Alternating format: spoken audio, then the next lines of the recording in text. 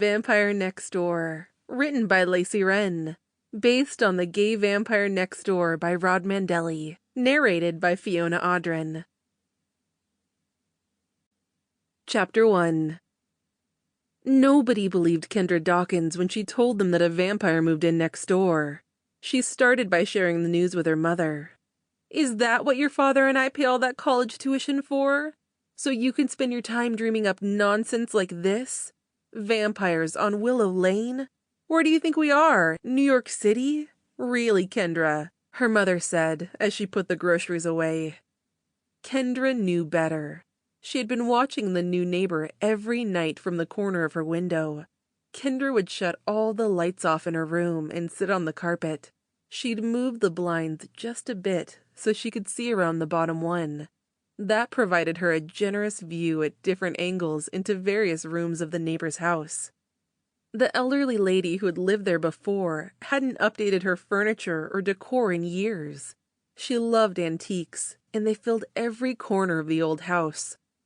Apparently, the new 30-year-old male neighbor had exactly the same taste, since the house was sold furnished, and he didn't bother to change anything in there or even add anything of his own, at least in the areas that Kendra could see from her bedroom window.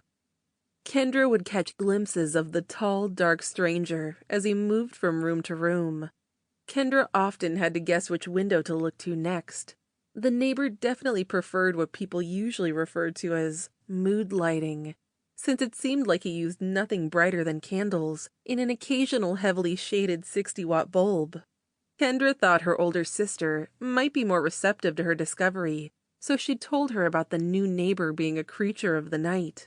"I've always suspected you were dropped on your head as a baby. Now we have proof," her sister Diane dismissed, as she pushed Kendra out of her way and headed out the door to the waiting car of her football player boyfriend named Butch. Kendra kept watching out her bedroom window. Eventually, she'd find something incriminating. In the meantime, it didn't hurt that the man next door happened to be extremely easy on the eyes. From what Kendra could tell, the neighbor seemed very handsome, but she had trouble making out the fine details of his features.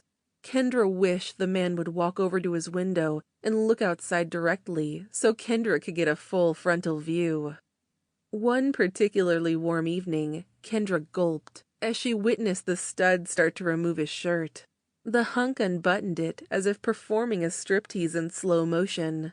He arched his back and stretched his neck from side to side as one button after another came undone beneath his fingertips.